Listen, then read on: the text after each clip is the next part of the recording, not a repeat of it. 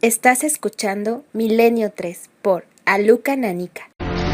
Buenas noches amigos, buenas noches a todos. La nave del misterio ya ha puesto sus motores en marcha y va a visitar, en primera instancia, un lugar especial. Seguramente podríamos decir eso de lugar de poder y quizá no nos equivocásemos.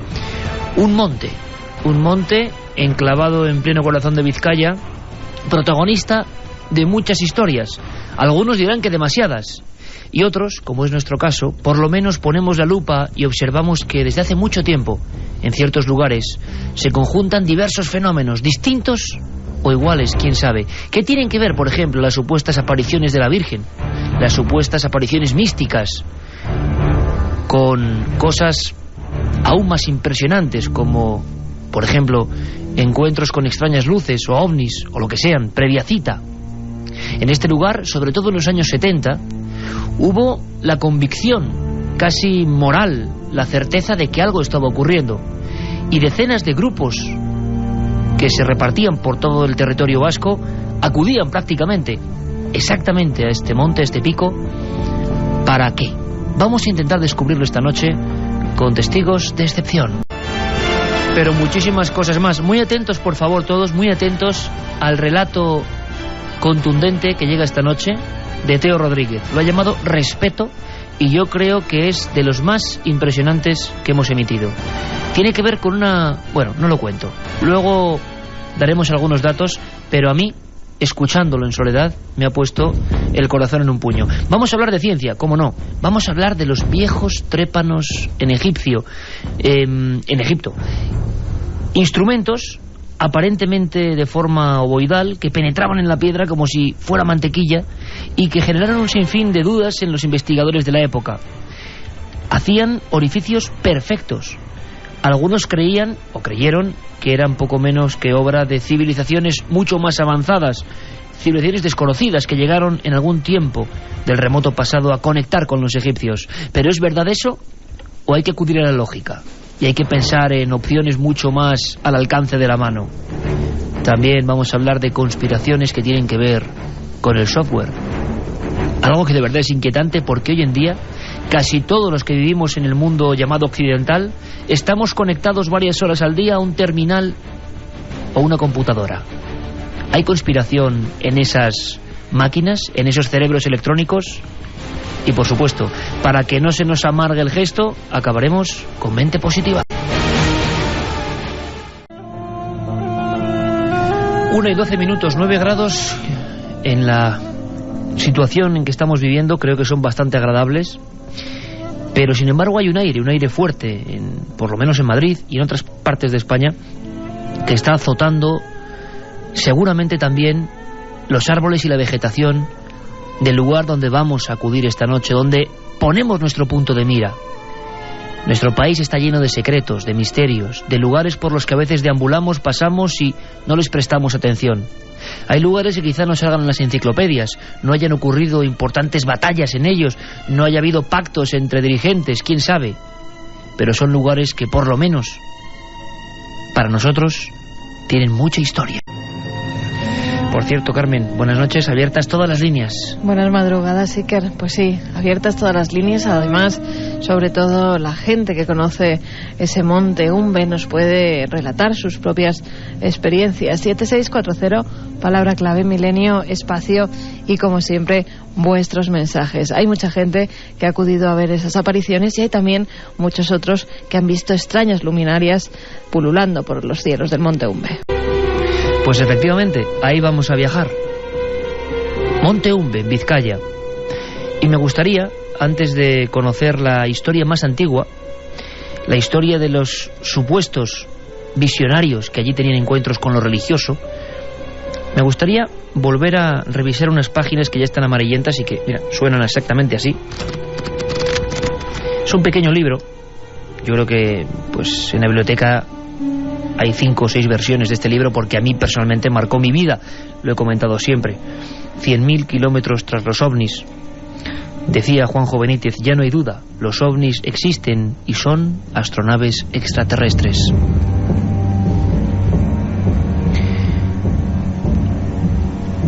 Además es curioso abrir más o menos el ecuador de este libro, que eran los reportajes que este bravo reportero navarro realizaba para la Gaceta del Norte. Y si antes os he dicho que en el País Vasco y en toda la franja cantábrica prácticamente hubo la sensación, casi la certeza de que algo estaba ocurriendo, gran parte de la culpa, entre comillas, la tuvo JJ Benítez, Juan José Benítez, con esos reportajes seriados, a veces con espacios de tiempo muy cortos, que hablaban de que la gente estaba viendo algo. Pues bien, en el Monte Umbe tuvieron lugar varios encuentros. ¿Por qué se eligió ese lugar? Quizá esta noche lo sepamos. Pero es impresionante volver a escuchar en palabras de Juanjo Benítez, volver a leer algunas afirmaciones, por ejemplo, de un grupo, como había tantos, de Contacto. Desde el año 74, desde el impacto de algunos de estos reportajes sobre el grupo IPRI de Perú, sobre la supuesta psicografía o la posibilidad de que abandonando la mente algo escriba por ti, sea la propia mente realmente o sean elementos ajenos que no conocemos, y los mensajes que a veces se correspondían con visiones de luces en los cielos, y a veces más que luces. A veces incluso hubo casos de aparición de lo que aquella gente llamaba guías. Es curioso porque, concretamente, Benítez contaba en este libro ya clásico cómo un grupo de Contacto, en una casa cualquiera como la que íbamos a visitar, por ejemplo, el 30 de julio de 1975, se disponía a hacer una especie de rueda de psicografía. Enseguida, alguien que identificaron como Xalk, que ya se había puesto en contacto con ellos muchas veces, daba una cita. Yo creo que sea lo que sea este fenómeno, sea psicología, sea misterio, sea lo que sea, tenía que ser impresionante en aquel ambiente que me estoy imaginando, año 75, en aquella urbe, en aquel entonces un tanto gris, industrial, como siempre fue Bilbao, que de repente surgiera un mensaje que dijese exactamente: estaréis día 30, Monte Umbe, a las 11 de la noche. Aquel individuo, aquel ser, aquella entidad, aquella imaginación, aquel lo que sea, seguía dando mensajes y decía: tendréis pruebas evidentes de nuestra existencia. Alguien de ese grupo, de esas personas, que habitualmente además había abogados, médicos, periodistas, funcionarios, profesores, personas de toda la condición, de toda la pirámide social, imagino que a pesar de estar convencidos, porque ellos lo estaban, de que los hermanos cósmicos pululaban por ahí, cierto nerviosismo, cierta inquietud tenía que surgir en aquellos instantes. Plena noche, todos mirando esos mensajes. Alguien se atrevió a preguntar: ¿pero por qué? ¿Qué veremos? ¿Qué ocurrirá allí? Oxalc, o lo que fuese, respondió: día 30 en el Monte Umbe, veréis 2 naves. Y era habitual después que algo ocurriese, que grupos de personas se dirigiesen a puntos concretos de ese monte. ¿Por qué precisamente en ese monte?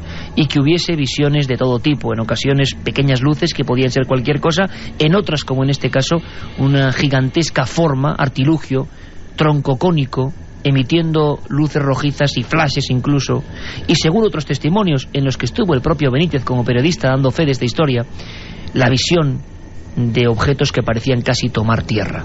No 1 ni 2 ni 10, sino quizá 20 o 30 encuentros previa cita en este lugar, en este monte sagrado, Monte Umbe.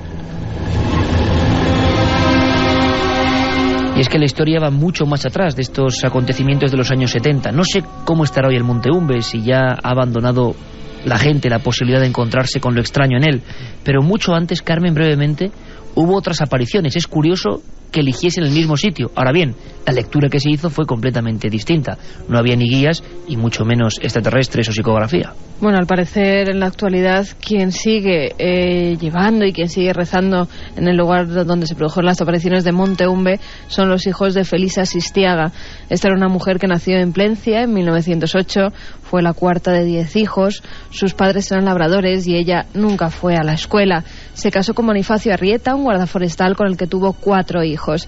La noche del 25 de marzo de 1941, Felisa es cuando tiene una revelación. Se encontraba en la cocina, sola, en su casa, esperando la llegada de su marido. De repente, a través de la ventana, ve un fuerte resplandor que desciende y un bulto oscuro envuelto en una especie de nube clara. Inmediatamente en la puerta oye cómo llaman. Va a abrir creyendo que es su marido, pero allí no encuentra a nadie. Se repite lo mismo, los golpes, va a abrir, no encuentra a nadie y decide dejar ya la puerta abierta. Cuando llega otra vez a la cocina, ve que en un rincón arrodillada está lo que ella identifica con la Virgen Dolorosa. Felisa inmediatamente dijo que la llevara con ella. Qué curioso, porque lo has hecho muy bien, Carmen. Ella identifica a la Virgen Dolorosa, una figura arrodillada, una luz. Estamos hablando del mismo fenómeno que también intrigaba en los años 70. Allí, desde luego, en esos años 40, se tomó como aparición mística, divina, no podía ser otra cosa.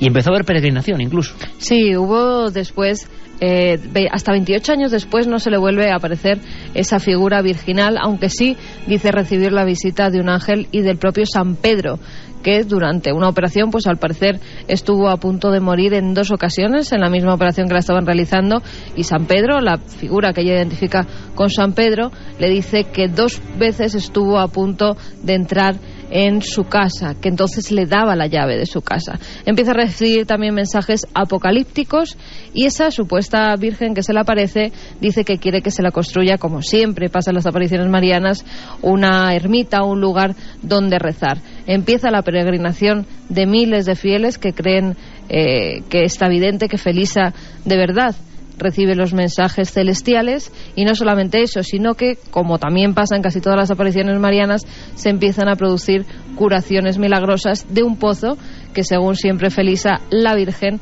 bendijo con sus propias manos. Alberto Granados y Noel Calero, también en la nave del misterio, poniendo esta banda sonora especial para que nos imaginemos el Monte Umbe, por ejemplo, a esta misma hora, la 1:21. Sin duda, lugar de poder, donde han pasado cosas, y como en todos los enclaves sagrados, misteriosos, o que merecen la pena, en torno a la investigación, acercarse a ellos, han tenido todo tipo de cosas que se salen de lo normal, y cada uno las ha interpretado, diferentes generaciones, de diferente forma. Precisamente, en uno de esos domicilios donde también hubo todo tipo de experiencias, todo tipo de intentos de contacto, todo tipo de sorpresas, en pleno corazón alto de la capital vizcaína, en Bilbao, muy cerquita de Umbe, allí está nuestro compañero Pablo Villarrubia, que imagino, y conociéndole bien, lleva ya días sumergiéndose en la extraña historia que hace que el tiempo se remonte hasta aquellos años 70, donde casi todo el mundo, hay que decirlo, se cifró en 600 grupos de interesados en estos temas, los que había en España. No sé cuántos en la zona norte, pero la mayoría, sin duda alguna, salían, hacían expediciones. Se estaba generando un fenómeno social sin precedentes, que quizás sea lo más importante, un fenómeno que fue marchitándose o no. Pablo Villarrubia, amigo, buenas noches. Muy buenas noches, Iker. Imagino, como digo, que ha sido una aventura acercarte a un mundo rocoso, a un mundo de vegetación, un mundo que podríamos resumir en Monte Umbe, donde pasaron y siguen pasando cosas. Fue realmente emocionante el primer día que estuvimos allí, Iker.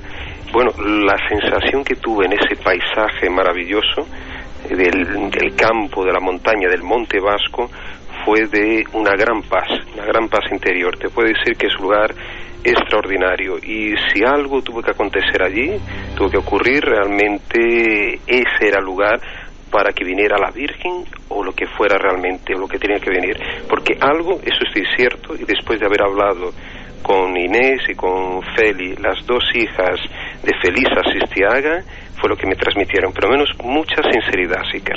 O sea, que no es normal, a veces, por desgracia, en los asuntos donde tiene que ver lo místico, sobre todo, las apariciones de la Virgen. Hemos visto casos muy sangrantes, muy desgraciados. Ahora mismo están, además es plena actualidad, han sido denunciadas, por ejemplo, ante los tribunales, las apariciones del Escorial. La vidente ha sido denunciada en Amparo Cuevas. Ahora mismo, sí. Sí, siempre ha habido un entorno un poco extraño. Por eso que un periodista como Pablo, por lo menos en este caso, no vea quizá esos intereses, nos parece sorprendente, Pablo. Sin duda, Iker. Y además he visitado muchos santuarios marianos, no solo aquí de Europa, como de Sudamérica, en Argentina, Luján, en Brasil uno muy perdido en Pernambuco, y lugares algunos desconocidos de apariciones marianas, y justamente esos lugares más pequeños, como aquí el Monte Umbe, ¿no?, que sí que hay un cierto movimiento de peregrinos, pero no lógicamente como Fátima o como Lourdes, son los lugares que yo diría que son más auténticos. Además, una cosa que me he dado cuenta, esta gente no busca ningún beneficio económico, son personas que están cada día por la mañana y por la tarde rezando por toda la humanidad. Eso es lo interesante, ¿no? O sea, que no es una cosa egoísta, ¿no? Son personas, dos señoras que devotan su vida entera a esta causa, ¿no? Y para que sea también conocido de boca en boca, y para que transmitan el poder, porque es un sitio de poder. Eso sí que hemos descubierto que el Monte Umbe posiblemente tenga miles de años de historia,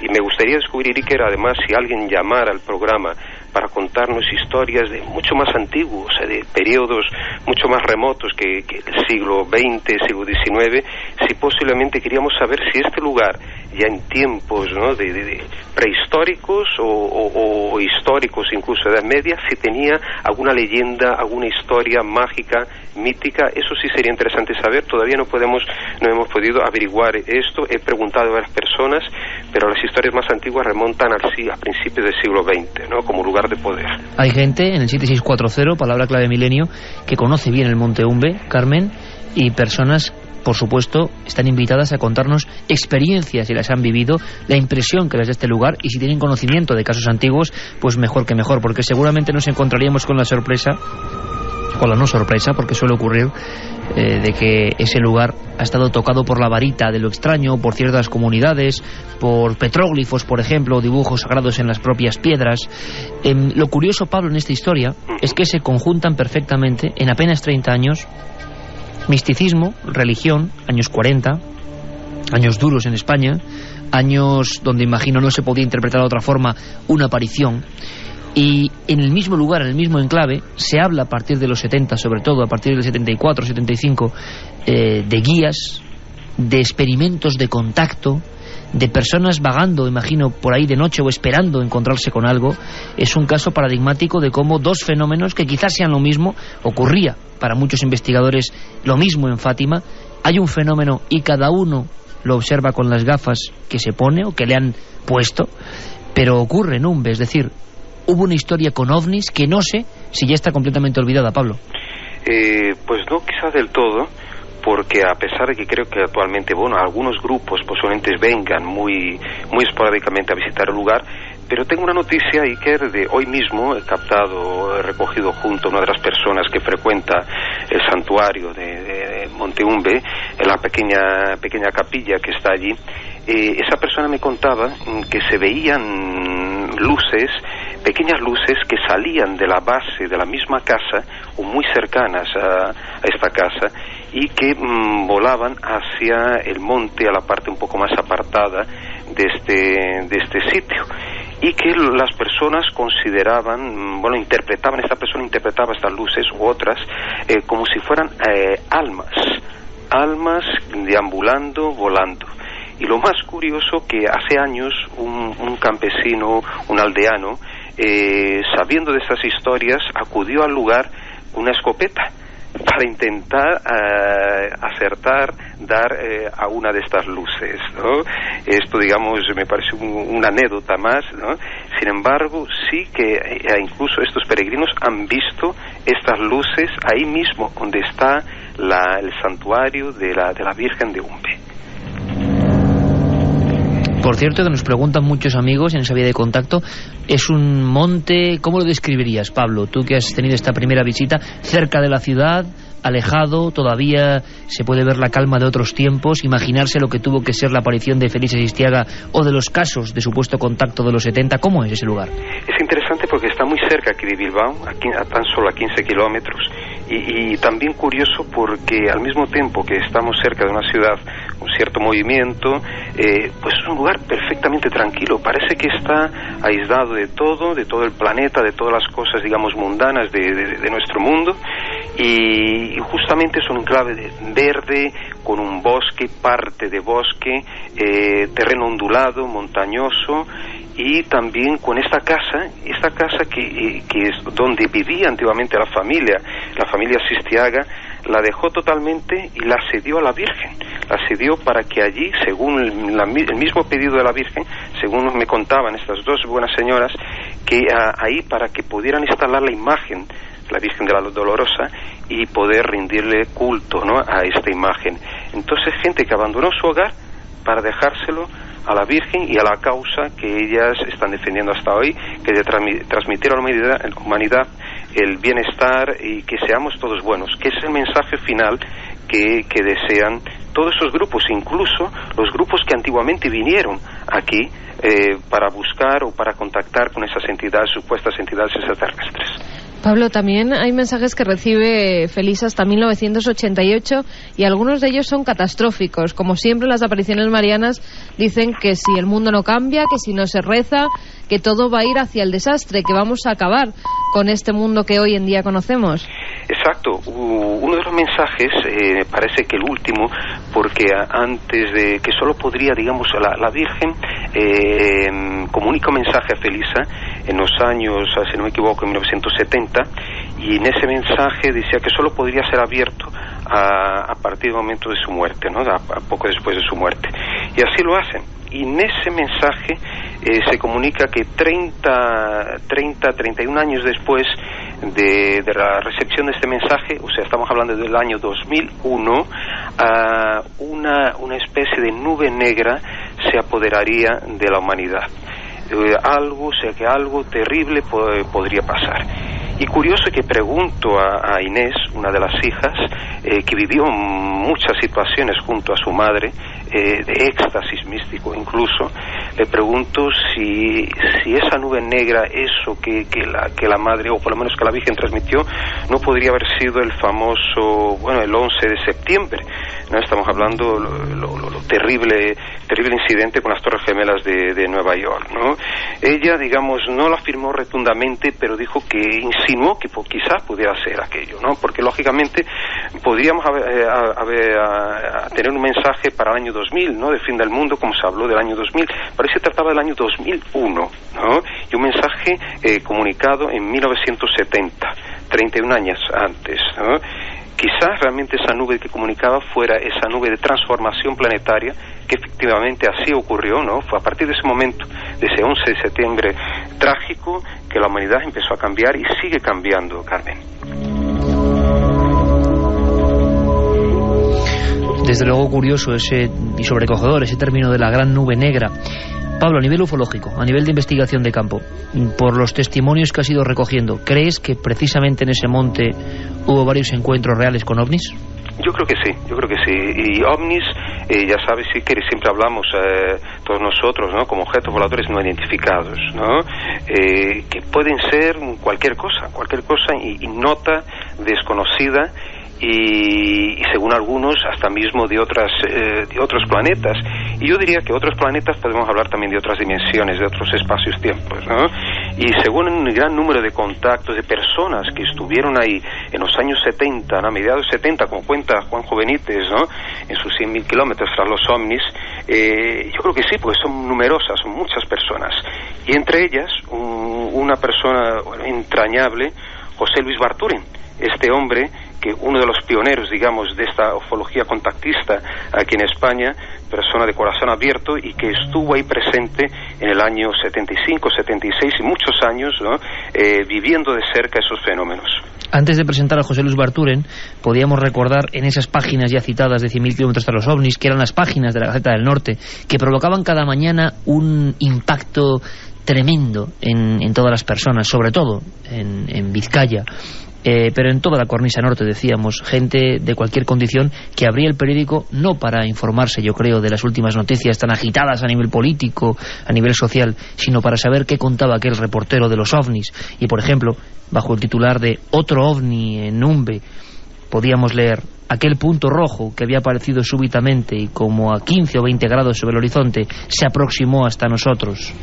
Permaneció unos 40-45 grados. Era como un gran troncocono de color naranja.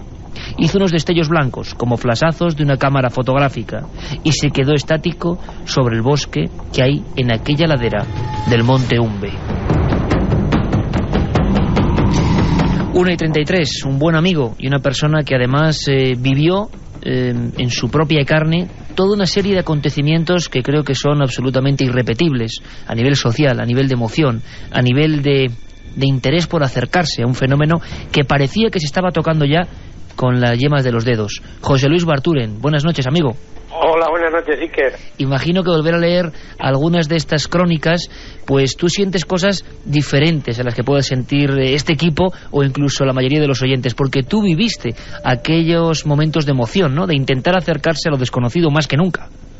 Bueno, date cuenta que estamos hablando de febrero-marzo del año 75, cuando creamos en Bilbao el primer grupo de contacto en España, o de supuesto contacto extraterrestre, con las primeras psicografías que nos enseñó Juanjo cómo se debían de hacer, y ante nuestro asombro, al cabo de, pues igual de 20 días o así de intentarlo, efectivamente una chica del grupo supuestamente contactó con un ser que se llamaba Oxal y le dijo una serie de cosas, y entonces nosotros pedimos una prueba, y entonces le dijo coger la carretera que va a Umbe, y no me acuerdo, contaron las curvas, nos dijo qué curva era, no sé si era la curva 13 o la curva 12, allí encontraréis una fuente, a la derecha hay un camino, después hay una campa, entonces esperarnos allí no me acuerdo si serían las 12 de la noche o así que era la hora típica. Claro, nosotros alucinamos en colores, cogimos el coche, fuimos a todo correr a comprobar, y efectivamente eran las curvas, era la fuente, era el camino y era la campa. Y allí fuimos ese primer día, todos ilusionados, como niños, a la espera de que allí bajaran los extraterrestres con su nave, pero esa primera noche no vimos nada. Pero fue emocionantísimo, la verdad es que nos quedamos muy impactados. Esa primera noche. Esa fue la primera vez. Pero después sí pasaron cosas. Luego, fíjate, José Luis, una cosa nada más. En cuanto has entrado en antena, pero es que ha sido milimétrico. Ha habido decenas y decenas de amigos que han contactado con el 7640 preguntando una cosa que quizá no hemos explicado bien, aunque lo hemos contado en algún otro programa. ¿Cómo era el proceso de contacto? ¿Podrías describirlo? Eso de la psicografía a la gente aún le cuesta quizá entenderlo. ¿Qué hacíais? Bueno, a nosotros nos contó Juanjo que en Perú, que es donde había empezado el fenómeno con Sisto Paz y la misión Rama, lo que hacían era un proceso de relajación, y luego, una vez que estabas relajado, tenías que tener a mano un papel y un bolígrafo, dejar el brazo relajado, y si entrabas en contacto con esta gente, el brazo empezaba a moverse por una energía desconocida y en la mano empezaba a escribir. Y entonces, claro, tú veías, incluso el fenómeno era muy curioso porque normalmente se escribía al revés de lo que se escribe habitualmente cuando haces las letras. Era divertidísimo. Y claro, luego intentabas leer lo que habías escrito, y muchas veces al principio sobre todo no se llegaba a entender porque la escritura era muy rápida, y como se escribía al revés, entonces las letras tampoco estaban muy bien hechas, hasta que ibas cogiendo práctica, ¿no? Ese era el fenómeno un poco. ¿A ti te surgió alguno de esos datos precisos como este que veíamos de 30 de julio, Monte Umbe? ¿Eran tan precisos los mensajes que surgían? Bueno, es que te voy a decir una cosa. En aquella época aquí había dos grupos diferentes, unos que eran los de la misión Rama, que era el nuestro, y otros que eran de Fraternidad Cósmica, que eran los que le seguían a Eugenio Siracusa, el contactado italiano. Y los del grupo de Eugenio Siracusa decían que las psicografías eran obras del diablo, que le había dicho Eugenio. Entonces, nosotros, a pesar de eso, les enseñamos a hacer la psicografía. Yo, concretamente, a ese grupo les enseñé a hacer esa psicografía, pero y efectivamente les dieron la cita, pero no fue el día 30, fue el día 31, fue el día San Ignacio. Ajá. Juanjo ahí ha debido de equivocarse. Fue el día San Ignacio de Loyola porque para mí es un día muy significativo y me acuerdo perfectamente. Entonces yo asistí a esa psicografía, y curioso, en aquella época se preguntaba, porque nos habían enseñado en Perú que se hacía así allí, a ver qué personas podían ir al avistamiento. Entonces empezaron a dar nombres, el Oxal, el supuesto extraterrestre, y coño, el mío no aparecía. Y yo decía, pero bueno, os acabo de enseñar a hacer psicografías y a mí no me dejan ir. Pues no fui, y yo me perdí aquel avistamiento, que efectivamente fue un avistamiento del grupo de Fraternidad Cósmica, y que vieron un ovni del tamaño de un camión. Con esa rotundidad y con esa simpatía nos cuenta las cosas nuestro amigo José Luis Barturen, testigo de excepción, yo creo, de toda una época.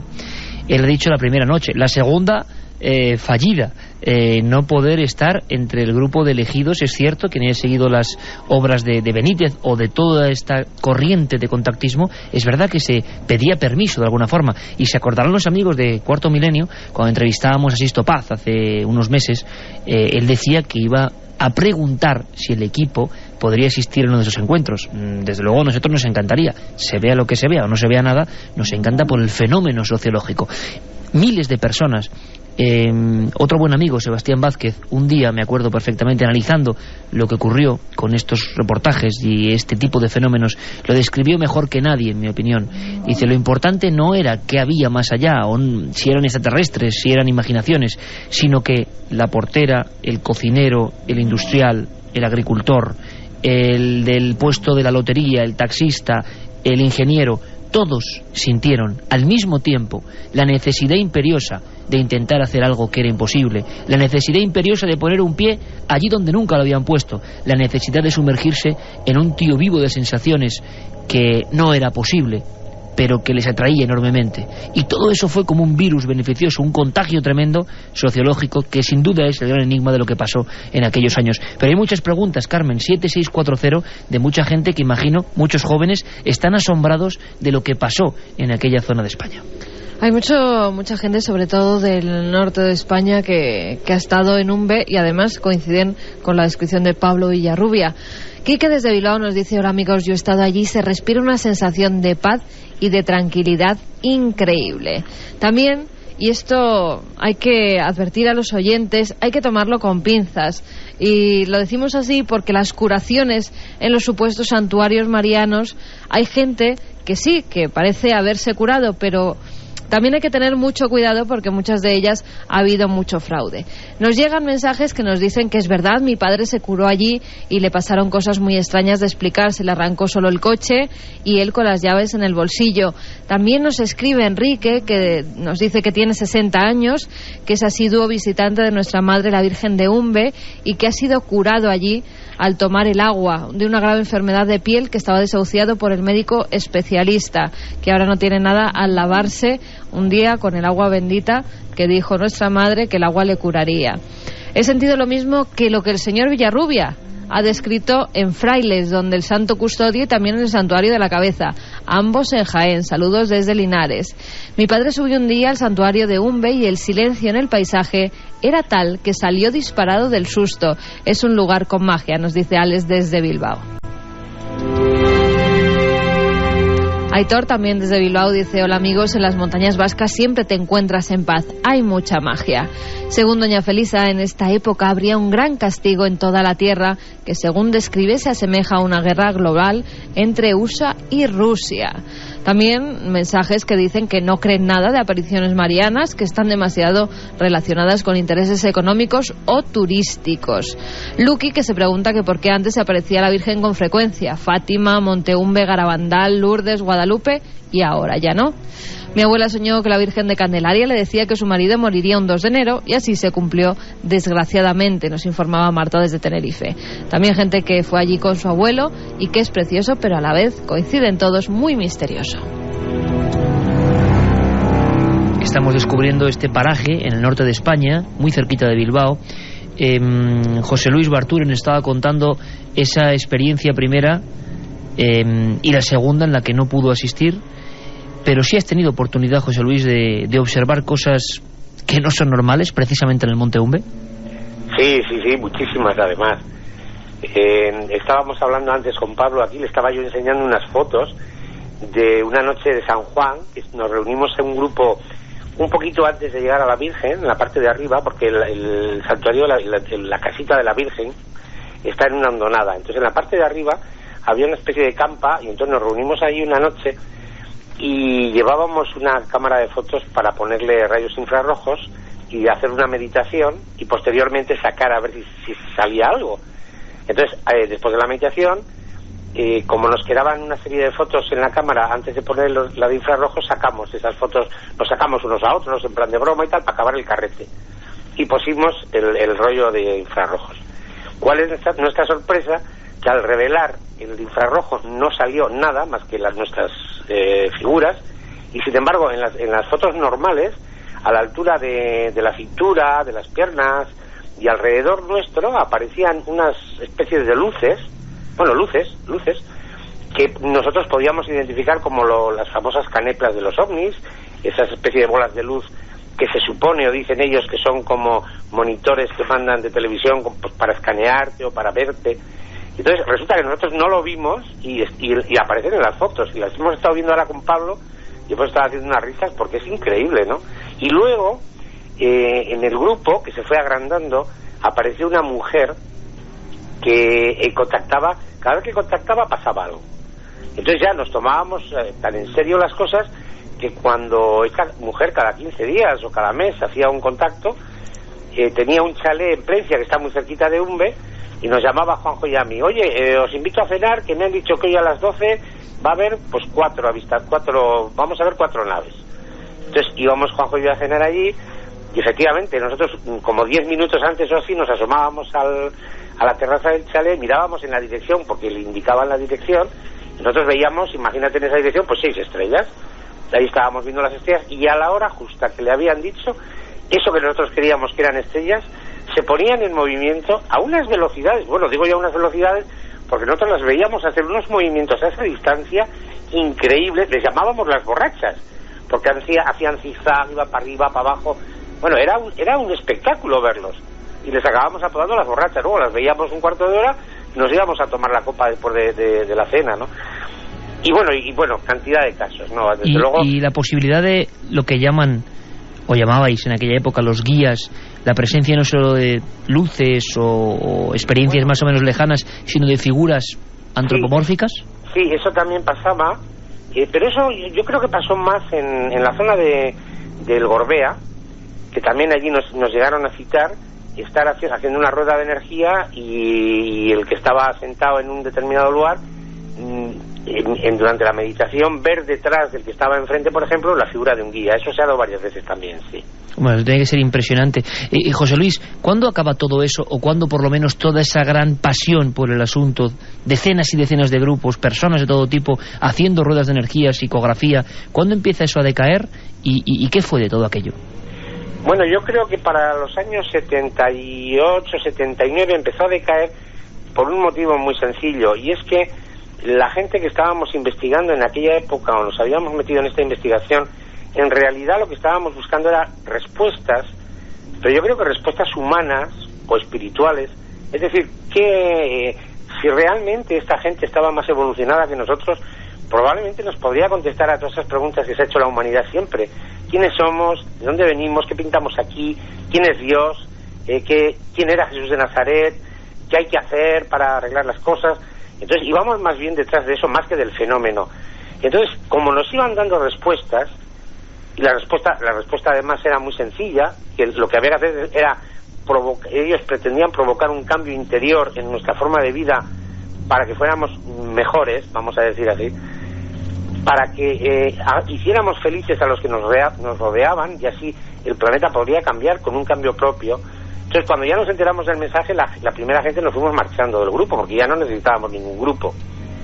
Y luego, en los años 80 y algo, se retomó un poquito otra vez la historia, y luego definitivamente en el año, me parece que fue 90 o 91, es cuando Sisto Paz, ya en un congreso del Vendrell, dio por finalizada la misión Rama, que aquí en España oficialmente se acabó, pero luego él, en contra de lo que le habían dicho, pues luego en los países sudamericanos continuó con ella y continúa con ella. Pero aquí en España los que nos enteramos del mensaje ya dejamos los grupos. ¿Fue una experiencia en global positiva, José Luis? Absolutamente positiva. Yo creo que ha habido miles de personas que han cambiado su vida positivamente como consecuencia de este contacto extraterrestre. Yo creo que sería bonito quedarnos con esa reflexión. Un montón de personas cercanas, igual muchos familiares, parientes, gente que igual luego no lo ha querido contar porque están llegando los mensajes de personas que luego interiorizaron esa experiencia y tampoco la han hecho pública, se metieron en una aventura fascinante de intentar mirar el cielo con otros ojos y buscar algunas señales. Lo importante quizás es que para ellos fuera algo positivo, y muchas de esas experiencias enigmáticas se juntaban en un enclave, en unas coordenadas, que también habían sido tocadas por el halo de lo místico, precisamente en el monte Umbe, ese lugar que podéis visitar, ¿por qué no? Y podéis intentar observar para ver qué sentís. Nuestra obligación siempre es mostrar otros rincones habitualmente no muy conocidos, donde al parecer han pasado cosas raras. Quizá lo más bonito sea, o lo más raro y lo más extraordinario, la propia reflexión que uno alcanza en esos lugares.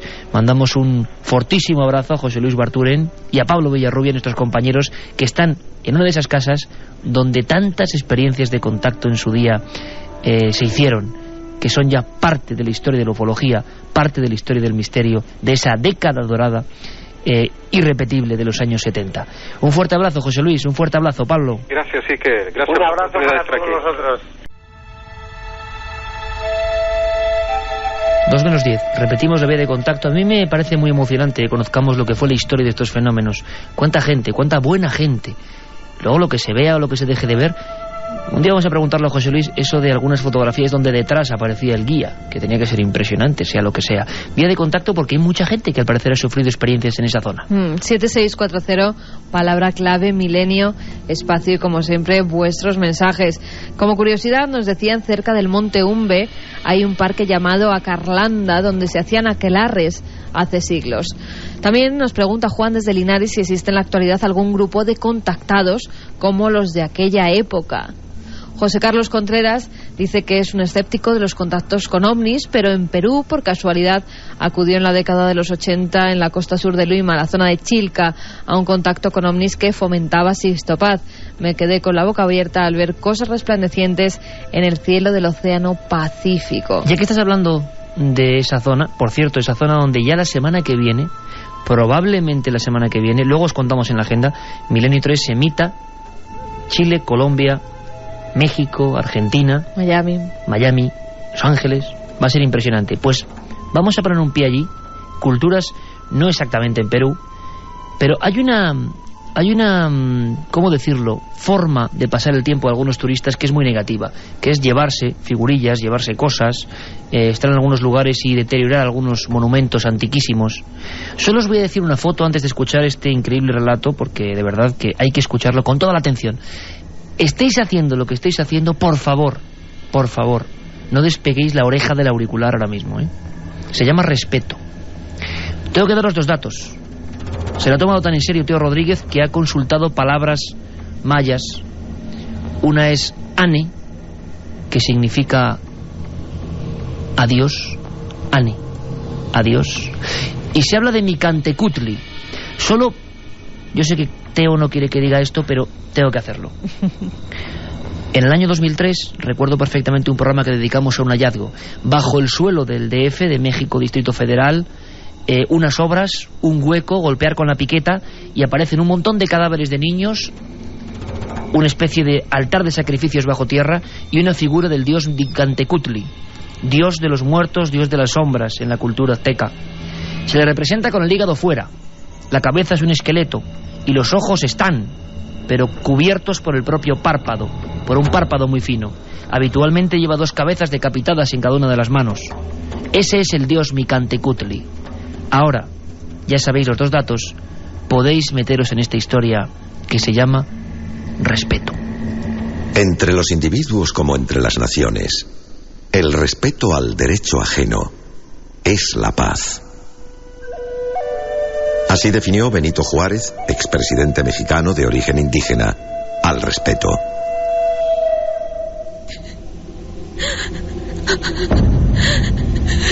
¿Por qué a mí? ¿De qué? ¿Por qué me haces esto? Tocani.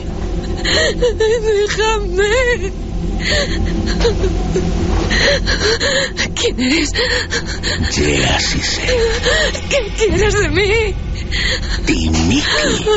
Que alguien me ayude.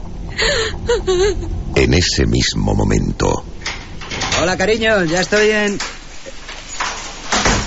cuando Fernando, el marido de Lucía, abrió la puerta, ¿Qué ha pasado? Cariño. todo estaba completamente destrozado. Muebles, puertas, cortinas, todo por el suelo, como si un huracán hubiera arrasado su casa por completo. Cariño. Lucía intentó responder a su marido, pero fue inútil. Acabó encerrada en el armario de su habitación, consciente de que, dada la situación en la que se encontraba, era mejor mantener silencio. Lucía, ¿estás en casa? Fernando vio en el hall de entrada la chaqueta, el bolso y las llaves de su mujer. ¿Estás en casa?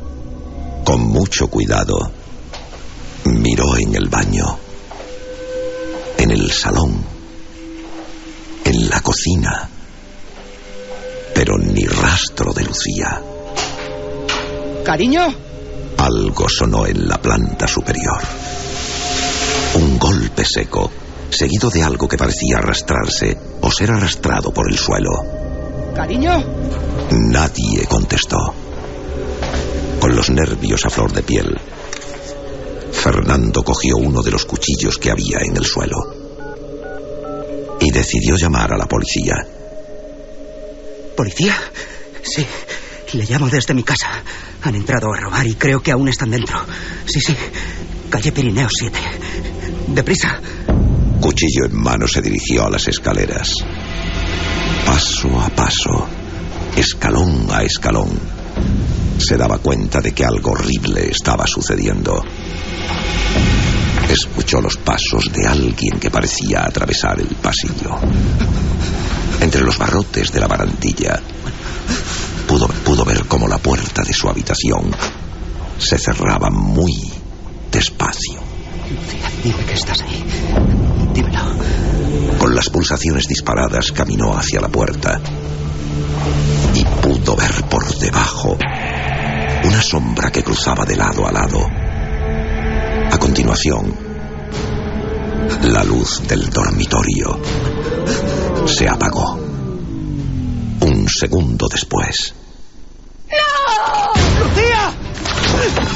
Fernando tiró la puerta abajo, pero cuando entró en la habitación, no había nadie. Únicamente un fino hilo de sangre que salía del armario. Seguro de lo que iba a encontrar, Lucía estaba colgada de la barra, desnuda, con la cara ensangrentada y los ojos completamente en blanco. A sus pies, una inquietante figura de piedra que él conocía perfectamente. No puede ser. Fernando se arrodilló ante aquella macabra escena y miró por última vez a Lucía. De su boca salió una última palabra. Ale.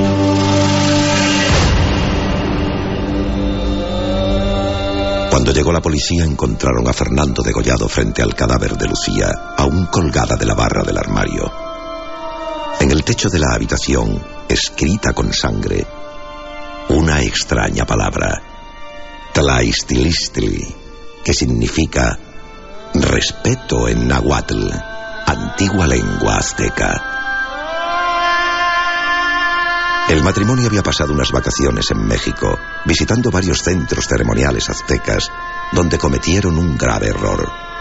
Sin más, y por un simple capricho, robaron una estatuilla tallada en piedra de Mictlantecutli, dios azteca de los infiernos y los muertos.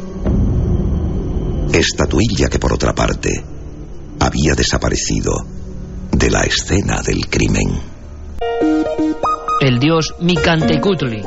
Desde luego, en mi opinión, absolutamente genial nuestro compañero Teo Rodríguez, que no sé de dónde habrá sacado la idea para esta historia. Claro, eso de robar piedras arqueológicas a veces se paga muy caro. Y no solo arqueológicas. ¿Tú recuerdas la escena de las catacumbas de París y un vigilante revisando las mochilas porque la gente se llevaba los cráneos y los huesos de los muertos? Me acuerdo. Esa figura que reinaba en el submundo y que hace tan solo 4 años veía la luz después de siglos, rodeado de cientos de cadáveres de niños. El dios Mictlantecutli, protagonista de esta historia de Teo Rodríguez, siempre representado no se sabe por qué, con el hígado fuera y esos párpados cubriendo tenuemente sus ojos de muerte. Es que hay deidades que parecen ser peligrosas, ¿verdad? Vamos con las noticias y luego con un montón de mensajes de ciencia, de historias, de arqueología y de misterio, ¿cómo no?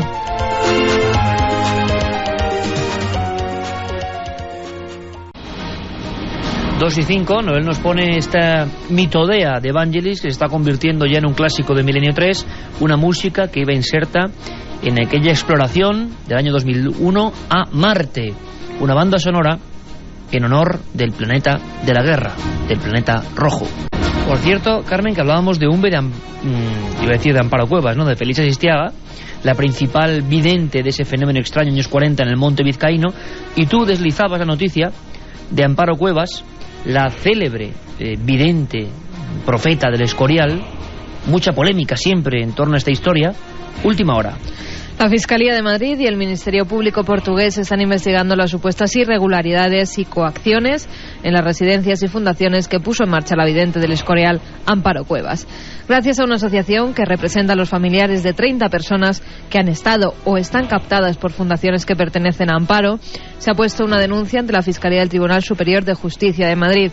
Juan Carlos Bueno, presidente de la Asociación de Víctimas de esas supuestas apariciones del Escorial, ha asegurado que tienen referencias de que existen cientos de afectados en España, Portugal y Francia. Al parecer, estas organizaciones captan a personas de toda edad, haciéndoles creer los mensajes que supuestamente recibe la vidente de voz de la propia Virgen. Según los denunciantes, la Iglesia no ha reconocido estas apariciones, pero tampoco las ha reprobado, por lo que entre los creyentes se producen todo tipo de estafas, extorsiones e incluso, dicen los denunciantes, manipulación de menores.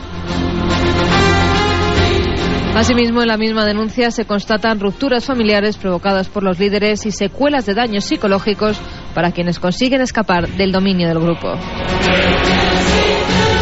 Es curioso, pero este es el ejemplo de lo que decíamos antes. Puede que haya un fenómeno real, matriz, que realmente sea interpretado como milagroso por parte de la vidente, quién sabe. Pero desde luego con el tiempo hay ciertas historias, no una ni dos, ni 5 ni 10, que por lo menos en España, en torno al tema de las apariciones de la Virgen, conforme van desarrollándose, inspiran un tufo hediondo, hay que decirlo. Por cierto, que hablábamos de agenda, ahora vamos con mensaje 7640. La agenda nos habla, Carmen, de lo que decíamos antes, una noticia importante. En nada, este programa va a ser emitido en diferentes países de América. Vais a conocer a compañeros, cada país con su propio corresponsal, periodistas que van a buscar lo mejor para que el magazine de los sábados tenga información, testimonios, sonidos de lo que ocurre, por ejemplo, en esos países, además tan importantes a nivel de casuística misteriosa. Hablamos de Estados Unidos, de Colombia, de México, de Chile, de Argentina. Ahí es nada. Creo que es el único programa que se va a emitir en España y en esos países de esta manera. Para nosotros es un honor y una responsabilidad, pero me gustaría que vosotros, los comentaristas, el alma de verdad de este equipo, en el 7640, palabra clave milenio o en milenio 3 con número @cadenaser.com, si queréis, vayáis indicándonos temas olvidados, historias que no se contaron bien, sucesos que os intrigaron porque los leísteis hace mucho tiempo o visteis un documental, queréis saber más de España o de América. Ahora tenemos una oportunidad única, un equipo de corresponsales, de personas destinadas en cuerpo y alma, nos van a contar lo que pasa en cada uno de los países. Yo creo que merece la pena adentrarse, esforzarse en querer saber más. Vuestras peticiones serán órdenes para este equipo de la cada vez más grande nave del misterio. Por cierto, Carmen, que también el lunes sale el DVD, lo decíamos, de Misterios de la Historia. Misterios de la Historia. La siguiente entrega de la colección de Cuarto Milenio. Seguimos recibiendo a esta misma nave del misterio un sinfín de testimonios de personas que no han encontrado la primera ni la segunda entrega doble. Seguirán reeditándola, no hay ningún problema, y yo estoy seguro que, eso sí, nos han dicho que por favor las peticiones, pues eso, a esa figura entrañable y emblemática, el kiosquero, directamente. Sí, y el kiosquero será quien además, si hay solicitudes, las pida y entonces se las mandan sin ningún problema y así se las guardan. Que den la paliza a los pobres kiosqueros, que bastante tienen, que ya nos decían muchos de la Gran Vía, es que vienen y nos dan mucho la paliza porque no hay. Pues nada, que lo sigan pidiendo, que de verdad solo transmitirle las gracias a toda esa gente que ya los tiene y que nos ha felicitado por el trabajo que ha hecho todo el equipo, tanto de Milenio 3 como de Cuarto Milenio. Coordinado además en esos libros también por nuestro compañero Santiago Camacho, que por cierto ha hecho una llamada de, no sé, de urgencia, de alarma. Me ha dicho que de software nada, que va a hablarnos de algo que ha pasado a nivel científico. El que siempre está rodeado de cosas, ahora se mete en ciencia también. Algo ha pasado con el laboratorio de Princeton de parapsicología. Y no sé, algo nos quiere contar. Algo nos quiere contar. Lo dicho, ese DVD el lunes sobre Secretos de la Historia, que yo creo que es uno de los grandes clásicos de los temas que contamos en Milenio 3 y en Cuarto Milenio. Espero que lo disfrutéis. Ahora a mí me gustaría disfrutar de vuestros comentarios. 7640.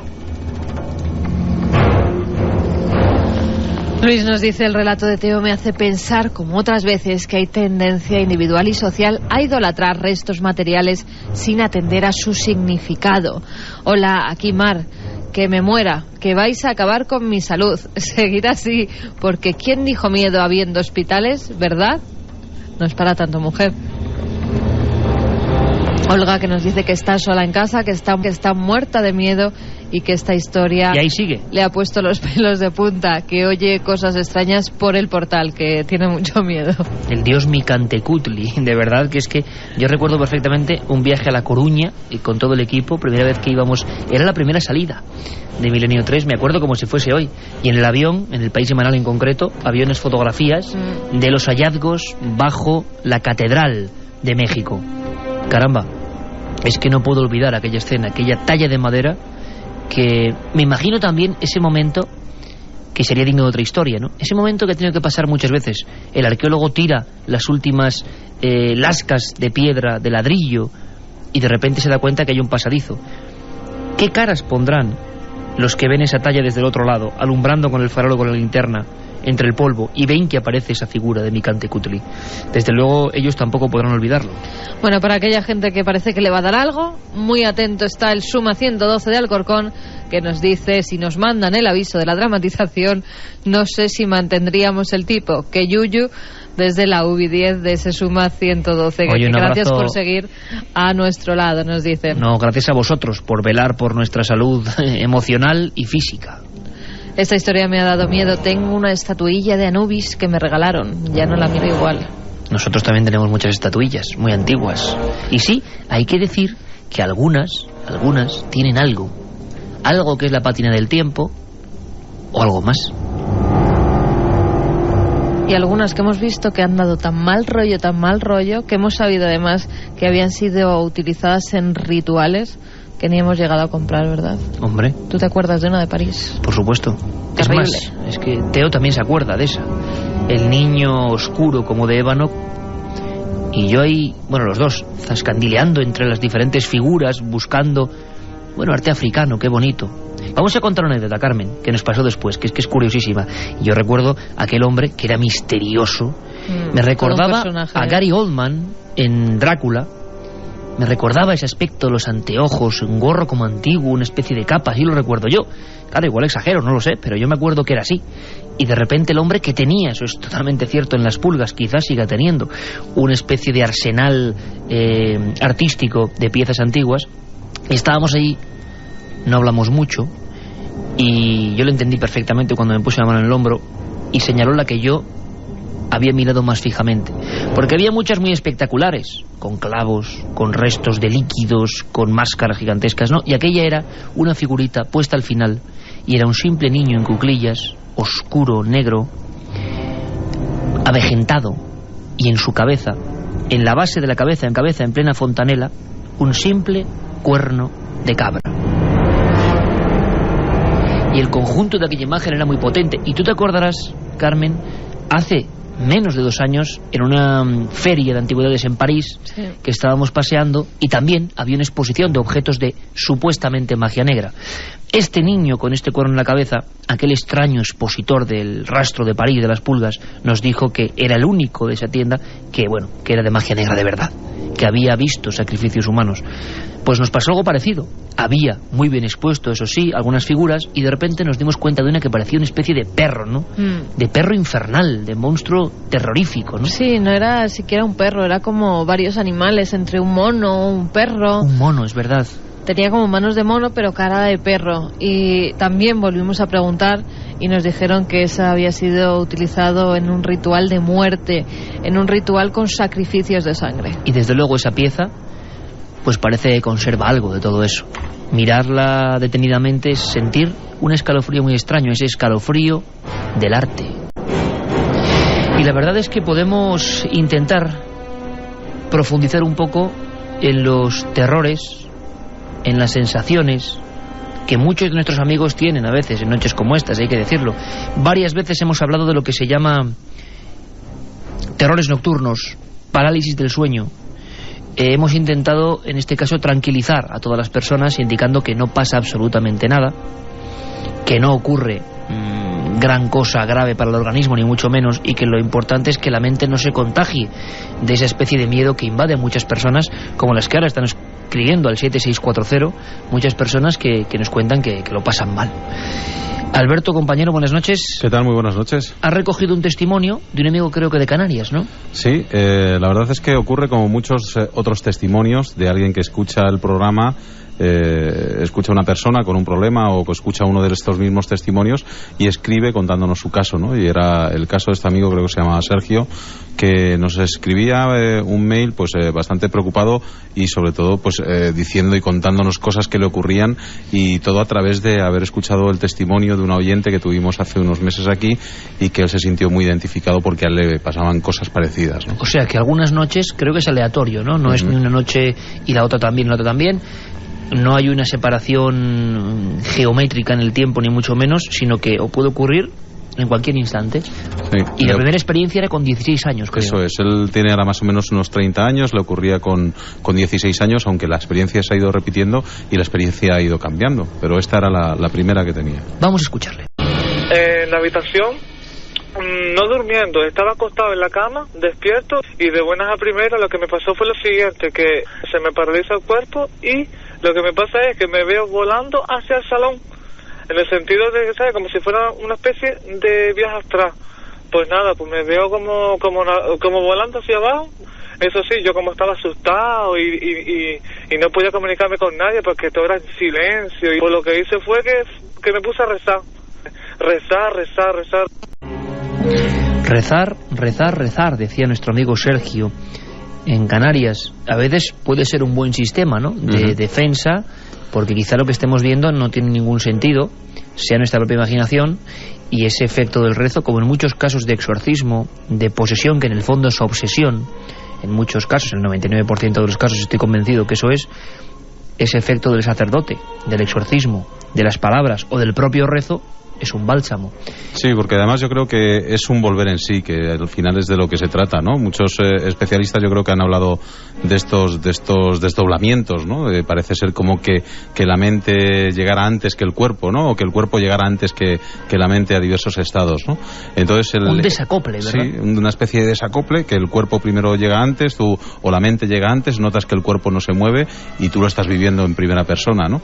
Y bueno, pues muchas veces el ponerse uno a rezar o hacer ese intento de rezar, lo que hace es acoplar ese cuerpo con esa mente, y parece ser que al final da resultado, ¿no? Y muchos de nuestros oyentes lo han practicado, lo han dicho cuando han tenido este tipo de problemas, y al final parece ser que resulta, ¿no? Es verdad que aquella persona que nos llamaba para contarnos su testimonio y que tú le grababas, hablaba de la sensación de que ella pues solo se le ocurría rezar cuando veía una especie de figura. El caso de Sergio, como suele ocurrir, va increciendo, quién sabe si por la propia sugestión, la obsesión, y nos habla ya de sensaciones. Cuando él rezaba, pues todo volvía a la calma, pero tiempo después, años después, ese parálisis del sueño, esa parálisis de la conciencia incluso, o la sensación de estar viviendo un sueño lúcido, de que alguien te encadena, te está atrapando, le ocurre él también. Es decir, ya no solo es el desdoblamiento del cuerpo, sino como si alguien le aferrase en la propia cama, ¿no? Sí, empezó como una especie de cosa leve en la que él simplemente lo que hacía era flotar con su cuerpo. Él veía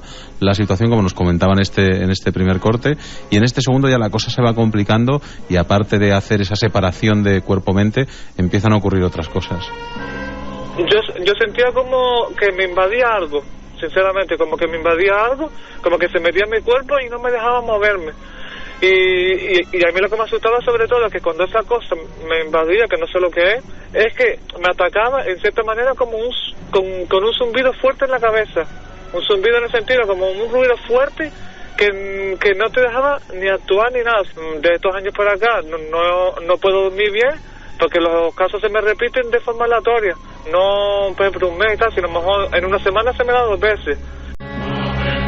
El tercer acto de esta historia, Alberto, es incluso la visión de figuras o de rostros. Sí, la verdad es que en un principio era tan solo el desdoblamiento, luego empieza a notar ya presión en el pecho, como que le agarraban, y en los últimos casos que habían sucedido apenas hace 3-4 semanas, era ya la figura de un rostro, incluso que se enfrentaba a él, un rostro oscuro, negro, con grandes melenas, que le miraba fijamente, e incluso yo creo que él llegó a decir que pronunciaba alguna palabra, ¿no? Él se enfrentaba a él volvía a rezar, volvía como a echarlo de la estancia, y al final volvía otra vez ese zumbido, ese dolor de cabeza, y terminaba pues despertándose empapado en sudor, ¿no? La verdad es que era un caso bastante curioso, y sobre todo que muchos de nuestros oyentes nos escriben contándonos casos muy parecidos, ¿no? Pues ya sabéis, 7640, palabra clave milenio, milenio3con@cadenaser.com. Lo repito porque a partir de la próxima semana se van a sumar cientos de miles, o da vértigo decirlo, pero quizá millones de oyentes de América. Van a llegar muchos más casos. Vamos a tener la conciencia, como nos ocurrió hace poco con aquel corresponsal amigo en Costa Rica, con un sanatorio del tórax, dándonos cuenta de que lo que pasa allí es idéntico. Leyenda o no, los casos se comportan por igual. No sé, se han puesto un poco la carne de gallina, Alberto, sinceramente, porque eso de que oye la palabra incluso de esa figura, una palabra, de ese rostro negruzco, bueno, para, vamos a decirlo así, tranquilizar a este amigo y a todos los que le puedan pasar cosas parecidas, todo este panorama, como si fuera casi, aunque yo no soy nadie para diagnosticar nada, pero sí es cierto que por la propia experiencia nos damos cuenta de que la parálisis del sueño, la sensación de que alguien nos atenaza, la rigidez muscular e incluso la visión repentina, los médicos, hablo de médicos psiquiatras, hablan de 2 factores en lo que llaman parálisis del sueño, terror nocturno o visiones hipnopómbicas e hipnagógicas. Esa sensación de que alguien nos vigila, lo primero, esa mirada punzante en la nuca que hace que nos revolvamos como diciendo ¿quién anda ahí en la habitación? Segundo, sensación de que algo se mueve dentro de nosotros, que se puede tomar, se tomaba en el medievo como una posesión, esa especie de desdoblamiento. Tercero, la visión de una figura a los pies de la propia cama, o una palabra que suena viniendo de los pies de la propia cama, la mayoría de las veces el propio nombre. O sea, Alberto, por ejemplo, si tú estuvieras teniendo una experiencia de este tipo, alguien te llama por tu nombre, puede ser la palabra que escuchaba de ese rostro Sergio, y muchas veces justo en el enfoque central de nuestra mirada, de nuestros ojos, enfrente precisamente, es importante este detalle, no es a un lado, no es detrás, es enfrente y a los pies de la propia cama, la figura de una persona, a veces que no está formada por completo, que es solo la mitad de un tronco o una cara. Bueno, pues todo esto, amigos, tranquilos, porque es ese tipo de visiones que, resumiéndolo mucho y para que sea absolutamente comprensible, es como si los últimos fragmentos o fotogramas de un sueño, de una pesadilla, estuvieran intercalándose con nuestro despertar, en esa cosa tan castellana que llamamos duermevela, y que en el fondo significa que no estamos ni aquí ni allá, en ese estado casi alfa, donde sí somos conscientes de ciertas cosas, donde ocurren esas sensaciones de caída, vértigo tremendo, sensación de que nuestras piernas sufren un espasmo porque estamos cayendo al vacío y no sabíamos si estábamos durmiendo o no, la sensación de estar escuchando una conversación que realmente se está produciendo, pero que forma parte también del sonido de nuestro sueño. Es decir, ese magma extraño del que se ha escrito y del que la humanidad tiene muchas dudas, que no es ni vigilia ni estado de sueño. Esto entraría dentro de lo que se llaman trastornos del sueño. Hay muchos libros que os recomiendo para intentar comprender que esto la ciencia ya lo tiene acotado, y yo creo que más o menos comprendido. Así que ninguna angustia. Sí, además tampoco le dan mayor importancia. Estuvimos hace poco en una unidad del sueño aquí en Madrid, y hablando con la doctora que lo dirigía, se lo preguntamos, le contamos algunos casos de oyentes, y nos decía que no tenía la mayor importancia, que lo que hay que intentar es no darle importancia a eso. Cuanto menos importancia se le da, antes desaparece. Bueno, pero cuando estás despierto y ves eso, bueno, pero eso ya es otra cosa. Claro, eso ya es, pues no sé, pueden ser 1000 factores, incluso, ¿por qué no? No hay que descartarlo, una aparición de algo. pero cuando se produce en ese estado, en el que el propio testigo, además cuando te lo cuenta, es curioso, Alberto, se confunde, no sabe si está despierto, está dormido, dice desperté, bueno, estaba despierto pero desperté, si estabas despierto, ¿cómo es que despertaste? Es decir, hay un umbral, hay un libro, claro, muy difícil de encontrar, que se llama Trastornos del sueño, años 70, es uno de los primeros que hay en España escritos. Yo lo leí hace bien poco y es muy interesante, porque ese mundo, tanto el insomnio, que tendría un programa aparte, ¿verdad, Alberto? Las cosas que la gente por no dormir llega a ver. Eso es una especie de catálogo de monstruos auténticos, ¿no? Sí. E inquietantes. Sí, incluso pues existe la posibilidad de que se pudiera morir alguna persona por no dormir, ¿no? Por la falta de sueño. ¿Qué os parece, ya que hablábamos antes de hallazgos, de excavaciones, que nos marchemos muy lejos, hasta Marte? Porque la gran noticia de esta semana tiene que ver con, al parecer, nuevos indicios de algo que parece que ya se va a cumplir. Un gran sueño también, de siglos. Saber si pudo haber agua y con ello quizá alta probabilidad de vida en planetas que, como digo yo siempre, son la siguiente manzana cósmica. No es muy lejos, es aquí al lado. Por lo tanto no sabíamos tanto. Vamos con nuestro boletín semanal de la ciencia, que desde luego tiene una noticia muy interesante, Marte, y una noticia final, desde luego que, bueno, para acabar con una sonrisa, ocurre en Nueva Zelanda. Una sonda de la NASA ha proporcionado esta semana nuevas pruebas de la existencia de agua en Marte en un pasado remoto. Se trata de fotografías en color tomadas por una cámara de alta resolución que muestran decenas de capas rocosas de diferentes tonos cruzadas por dunas oscuras. En ellas hay una serie de fracturas rodeadas de rocas de tonos claros. Según los investigadores de la NASA, esto es precisamente la evidencia más clara del flujo de líquidos. El análisis de la composición química de la roca, que se realice en futuras exploraciones de Marte, ayudará a saber la naturaleza de esos líquidos, así como la posibilidad de que existiera en el pasado algún tipo de vida en el planeta rojo. La Agencia Espacial Estadounidense, por cierto, ha puesto en órbita 5 satélites para estudiar el fenómeno conocido como aurora boreal. Estos espectáculos de luces multicolores están formados por vientos de partículas solares atrapados en un campo magnético de la atmósfera que finalmente son liberados, creando esa lluvia de electrones tan llamativa. Lo que la NASA quiere investigar es el momento, el lugar y las causas que provocan todo esto, que aparte de bonito, también puede resultar peligroso. Las auroras boreales liberan radiaciones, algunas veces que pueden poner en riesgo a los astronautas o dañar satélites o equipos de telecomunicaciones. Una rana atrapada en una resina cristalizada de ámbar aparecida en el estado mexicano de Chiapas ha despertado el interés de la comunidad internacional porque se conserva entera por completo. La rana tiene una antigüedad de unos 25 millones de años y supone una muestra importante para estudiar las condiciones de vida en la Tierra en esa época. Un valor añadido a este fósil es que el animal se encuentra atrapado en la resina en 3 dimensiones, lo que representa infinitas posibilidades de estudio, a diferencia de otros fósiles hallados hasta ese momento. Científicos japoneses han descubierto un calamar gigante que vive en las profundidades de los mares tropicales y subtropicales, que emite rayos de luz cuando ataca a sus presas con el objetivo de desorientarlas. Todo está grabado en un vídeo del año 2005 en el que puede verse el espectacular ataque de un enorme calamar en las profundidades del Pacífico Norte frente a las costas de la isla de Chichijima. Puede medir más de 2 metros y al cazar llega a una velocidad de 2,5 metros por segundo. Los rayos de luz los producen con unos órganos que llevan en sus tentáculos y además de desorientar a las presas también pueden servirles para medir la distancia a la que se encuentran sus víctimas o incluso para cortejar a ejemplares de su misma especie. El único murciélago carnívoro que no habita en el trópico, el nóctulo gigante, vive en Andalucía, al sur de España. Para alimentarse caza pájaros en el aire a la misma altura que algunos tipos de halcones. Se trata de una especie muy rara en Europa que habita en el Parque Natural de Doñana en las estaciones de primavera y otoño. El nóctulo es el murciélago más grande del viejo continente, pesa 50 gramos, mide 45 centímetros y se alimenta solo de noche. Es incapaz de cazar presas en superficie y de moverse entre la vegetación con facilidad.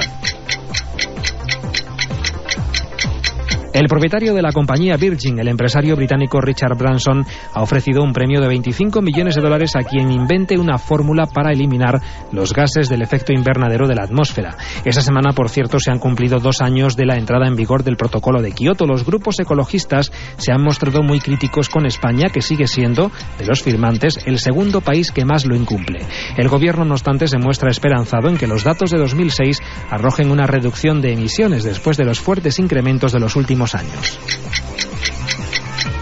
Y relacionado con esto, hemos conocido una noticia bastante curiosa. Nueva Zelanda, uno de los países más respetuosos con la naturaleza, el primero, además, que se declaró libre de centrales nucleares y que incluso ha prohibido coger conchas de sus playas, está comprobando con enorme inquietud que no podrá cumplir con los objetivos de Kioto.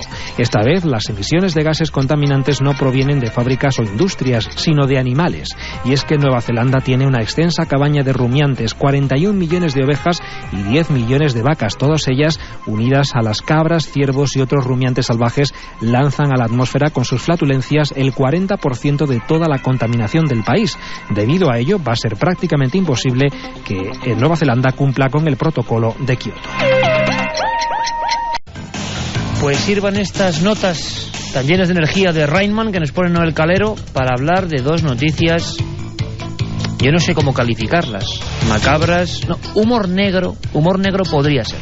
Esto es para Alberto Granados, que es un devorador de leyendas urbanas.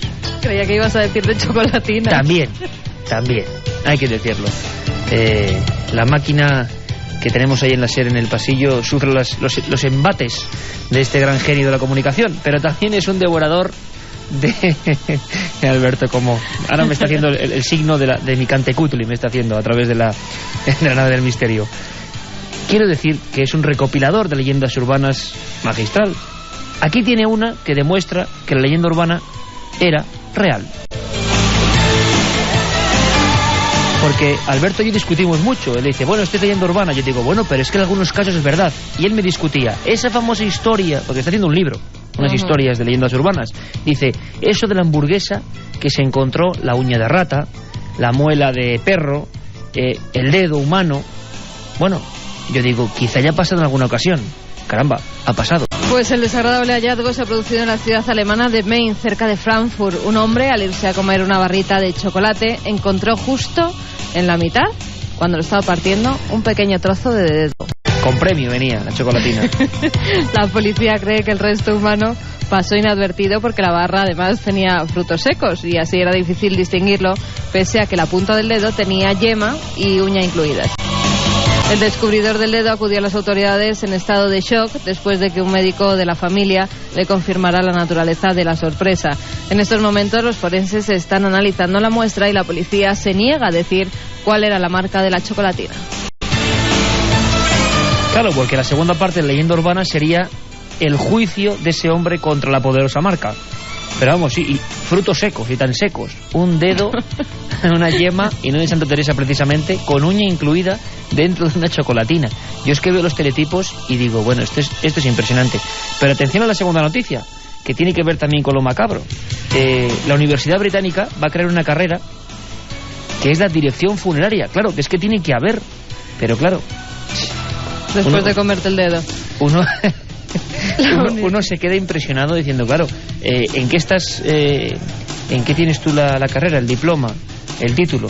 En dirección funeraria. Hombre, está bien, porque además, hay que decirlo, por lógica es un negocio muy bollante. No, y además tiene su lógica, ya verás. La Universidad de Bath, al suroeste de Inglaterra, ha creado un título de director funerario que hará que quienes lo estudien se conviertan en verdaderos expertos en entierros y funerales. Ajá. El título incluye también otros aspectos relacionados con ellos, como el levantamiento del cadáver o las ceremonias en honor del difunto. Según los responsables universitarios, este diploma es necesario por la desaparición progresiva de los entierros tradicionales en Gran Bretaña, así como por el creciente carácter multicultural de esta sociedad. Times Alan Slater, que es el responsable de la Asociación Británica de Directores Funerarios, ha asegurado que en una sociedad multicultural ahora tienen nuevos rituales y tradiciones diferentes, como uno en el que las cenizas del muerto son lanzadas al aire con la ayuda de juegos pirotécnicos. Bueno, si está poniendo muy de moda también lo de convertir las cenizas del difunto en una joya. Sí, mira, eso es bonito, por lo menos. Sí, es decir, hay una serie de nuevos elementos en el mundo de lo funerario. Incluso las de las mascotas, las de los animales. También. La verdad es que, claro, es que tiene que haber, es que el negocio de la muerte pues tiene que existir, evidentemente, y ese va a ser, nunca mejor dicho, para toda la eternidad. Ese no decae nunca, es un negocio seguro. Ahora también hay que decir que seguro que hay grandísimos profesionales, algunos sé que no se escuchan, profesionales de este mundo, pero hay que tener agallas, hay que decirlo, como el forense, como nuestro amigo el doctor Cabrera, el doctor Andrade, para enfrentarse a miles de cadáveres que han sufrido todo tipo de circunstancias. Hay que tener agallas, no es un trabajo para todo el mundo, desde luego. Por cierto, ¿tú te acuerdas en Egipto, por ejemplo en Abusir, que había unas piedras como retiradas? Son de esas piedras que no han recibido la fama correspondiente. Es como si la larga sombra de la pirámide eclipsase en demasía lo que fueron muestras que, hay que decirlo, atormentaron y fascinaron a los padres de la egiptología.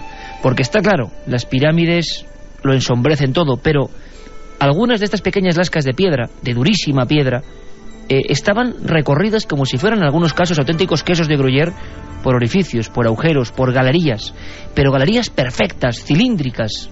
Y madre mía, cuántos ríos de tinta se han escrito sobre los artilugios prodigiosos de los antiguos egipcios. Yo he sido uno de esos que ha estado echando líquidos en esas piedras, maravillado, fotografiándolo, diciendo qué clase de rueca, qué clase de taladro casi prehistórico utilizaban estos hombres para, bueno, horadar, lo decíamos antes, este durísimo material como si fuera mantequilla. ¿Quién le dio esa posibilidad tecnológica y por qué no nos quedan los utensilios? Solo la huella de lo que hacían. Bueno, es momento de la mirada crítica, momento de acercarnos a esos objetos imposibles y, sin duda, a pesar de estar siempre en la cara B de la egiptología, merecían una de nuestras atenciones, una de nuestras piezas radiofónicas del pasado en esa arqueología maldita. Los extraños trépanos de los egipcios. Vamos a conocerlos. Flinders Petrie es considerado por todos como el padre de la arqueología moderna. Nacido en 1853, llegó a Egipto con apenas 27 años, tentado por el tenebroso velo del esoterismo. Sus trabajos se centraron en la medición de las pirámides de Giza, aunque pronto se vio cautivado por lo sorprendente de los taladros egipcios. Herramientas aparentemente imposibles que perforaban las piedras más duras como si fueran mantequilla. A su regreso a Londres publicó un libro hoy básico para todos los iniciados en las pirámides de Egipto, Pirámides y Templos de Giza, en donde hablaba de los sorprendentes trépanos empleados por los antiguos egipcios, capaces de profundizar en el granito con una fuerza muy superior a las herramientas más modernas, con puntas de diamante artificial. En las paredes de los agujeros dejados por esas herramientas había marcas que demostraban que la punta de los instrumentos utilizados por los antiguos egipcios avanzaban 50 veces más rápido que cualquier herramienta moderna, dejando un surco de más de 2 milímetros entre vuelta y vuelta, atravesando la piedra granítica como si se tratara de un simple queso. Pero todo aquello no encajaba en la mente racionalista y metódica de Flinders Petrie. Las marcas dejadas en las paredes de los monumentos mostraban el uso de herramientas poderosas, algo sin parangón nunca visto antes, que debía de tener una respuesta lógica, más allá de las fantasiosas hipótesis que años después algunos quisieron relacionar con culturas venidas de las estrellas. Efectivamente, la lógica y las evidencias propuestas por Petrie y razonadas muchos años después por egiptólogos e ingenieros demostraban que las marcas dejadas en las paredes de la piedra no fueron producidas por la punta de una herramienta extraterrestre superpoderosa, sino por los granos de cuarzo empleados como abrasivo en el proceso de trepanación. Un trabajo igual de sorprendente y sofisticado que no ha de quitar ningún mérito a los antiguos egipcios. Y hablando de Egipto, que siempre tiene mucho que contar, siempre tiene novedades arqueológicas de todo tipo. Además, hay dos. Una sobre los sellos de Akenatón, el faraón hereje, que se rebeló contra todos, y una muy curiosa también, que hablan de que Cleopatra no era tan guapa como pensábamos, Carmen. Pues eso parece. El pasado miércoles se descubrieron 2 monedas en un archivo británico en el que está dibujado el rostro de Cleopatra y no se ajusta a las descripciones que la otorgaban ser la más bella de la antigüedad. En las monedas se puede contemplar un rostro con nariz larga y afilada, barbilla pronunciada y labios finos. En la otra cara de este escenario de plata, datado en el año 32 a.C., se encuentra el rostro de Marco Antonio, que tampoco es el galán que describían, porque parece que el general romano tenía ojos saltones, nariz aplastada y cuello robusto. Según especialistas de la Universidad de Newcastle, esta moneda fue acuñada por Cleopatra 2 años antes de morir envenenada por una serpiente. Junto a ella aparece la inscripción Cleopatra, reina de reyes y de los hijos de reyes. Lindsay Alson-Jones, directora de los museos de arqueología de esta universidad, ha asegurado que los escritores romanos contaban que Cleopatra era inteligente y carismática y que tenía una voz seductora, pero no mencionan su belleza. La imagen de Cleopatra como una bella seductora se construyó más recientemente. Según los registros históricos, Cleopatra se convirtió en reina de Egipto a los 17 años y se dice que hablaba egipcio, griego, hebreo, sirio, arameo y latín. Toda una personalidad. Qué nariz, decían en los libros de Asterix sobre Cleopatra, y murió por el picotazo de esa serpiente terrible. Pues ahora qué nariz más larga, dirán. Sí, mucha gente confunde a Cleopatra con Nefertiti. Hay una especie de confusión general sobre la belleza, ¿no? Parece ser que Nefertiti sí que era toda una diosa en el buen sentido de la palabra.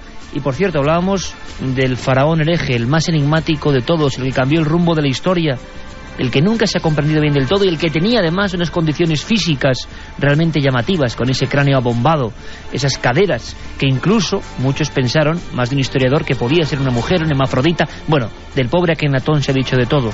Ahora han encontrado la tumba del hombre que portaba sus sellos reales.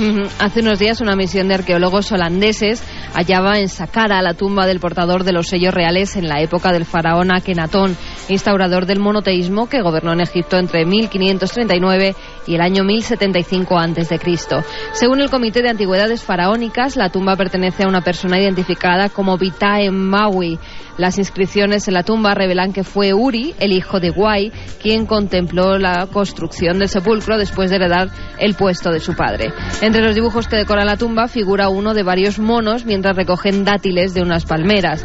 Los últimos descubrimientos en Saqqara han confirmado además la existencia de varias tumbas de responsables de alto rango de la época de Akenatón, durante cuyo reinado se introdujo el culto monoteísta del dios solar Atón en detrimento de Amón. Akenatón, todo un personaje, el faraón hereje. Hay una escena de la historia que siempre me ha intrigado mucho. Cuando pasa su época, todos los sacerdotes y escribas van con escoplo y martillo golpeando y borrando de la faz de las piedras egipcias cualquier resto de aquel auténtico diablo, como se le veía en aquella época. En fin, unas historias que demuestran que Egipto siempre está de actualidad. Parece mentira, pero siempre está de actualidad. Os decía que ha habido una llamada por el interfono especial de esta nave del misterio. Nos iba a hablar de ese sistema operativo nuevo, en fin, de Windows Vista. Pero ha pasado algo para él quizá más importante: laboratorio de parapsicología, Princeton. Emblemático, ¿verdad? ¿Os acordáis de aquello del proyecto Conciencia Global que contamos en Cuarto Milenio? De sensaciones que parece que se recogían globalmente por parte de las máquinas y que se disparaban, por ejemplo, en el 11M o el 11S. Bueno, pues parece que ese laboratorio ha cerrado. Noticia de última hora, Santiago Camacho y su columna. En otros tiempos más felices, cuando era más joven y más inocente, leía a Julio Verne e Isaac Asimov y pensaba que la ciencia era una infinita autopista de progreso en la que nunca se daba un paso atrás en la lucha contra la ignorancia y el oscurantismo. Como en tantas otras cosas que pensaba en aquellos días, me equivocaba. 2 pasitos para adelante y 1 para atrás. Así suelen ser las cosas en el mundo científico, y no por culpa de que el método sea malo, sino por la estrechez de miras de las personas que lo aplican, herederos directos de los científicos británicos que le arrancaron el pico al primer ornitorrinco que vieron para demostrar que se lo habían pegado con pegamento, o del astrónomo que, hablando de los meteoritos, dijo con seguridad que del cielo no pueden caer piedras, porque en el cielo no hay piedras. El último paso atrás es la noticia del cierre del laboratorio de parapsicología de la Universidad de Princeton. El mismo que con su proyecto Conciencia Global consiguió captar de manera tan intensa la atención de los espectadores de Cuarto Milenio. Curiosamente, no ha sido la escasez de resultados ni la falta de presupuesto lo que ha llevado a estos científicos a echar el cierre, sino el más profundo desánimo provocado por la actitud de sus colegas. El laboratorio de Princeton siempre trabajó ciñéndose a las más estrictas exigencias del método científico, documentando sus resultados e investigando en terrenos hasta el momento inexplorados para la ciencia, pese a lo cual, en estos años, no han conseguido el menor reconocimiento académico ni que uno solo de sus trabajos encontrase eco en las revistas científicas de prestigio. Tras haber hecho todo lo humanamente posible y no encontrar más que puertas cerradas, solo les ha quedado la alternativa de cerrar ellos mismos la suya.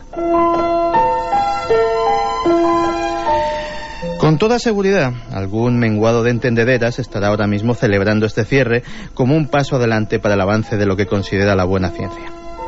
Qué ironía. Precisamente aquellos que más se empeñan en sacar pecho en defensa de Darwin y su teoría de la evolución son los menos propensos a evolucionar ellos mismos. Así que ala, a celebrarlo pues, que si por vosotros fuera y por todos los que se han empecinado en calificar algo de imposible a pesar de las pruebas que tienen ante sus narices, todavía estaríamos sacando fuego, chocando dos pedernales, aunque a lo mejor ni eso, porque ¿en qué mente cabe que pueda salir fuego de una piedra? Que sepas, Alberto, que la semana pasada, aunque tú no estabas aquí en el micrófono, te encontrabas investigando por otras tierras del sur de España, sonó la canción, ¿eh? Bien, sonó la canción. Bien, qué alegría.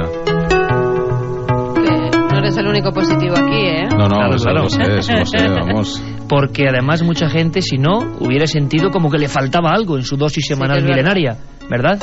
Esa inyección de positividad hay que dársela siempre. Volvemos a repetirlo por enésima vez. Celestial Soda Pop. Hoy, Alberto, hablamos de... La importancia de no juzgar. No juzgar, vaya tema. Ya sabes que la sección va por ella sola. O sea, nosotros intentamos hacer cosas y de repente pues se va cambiando, ¿no?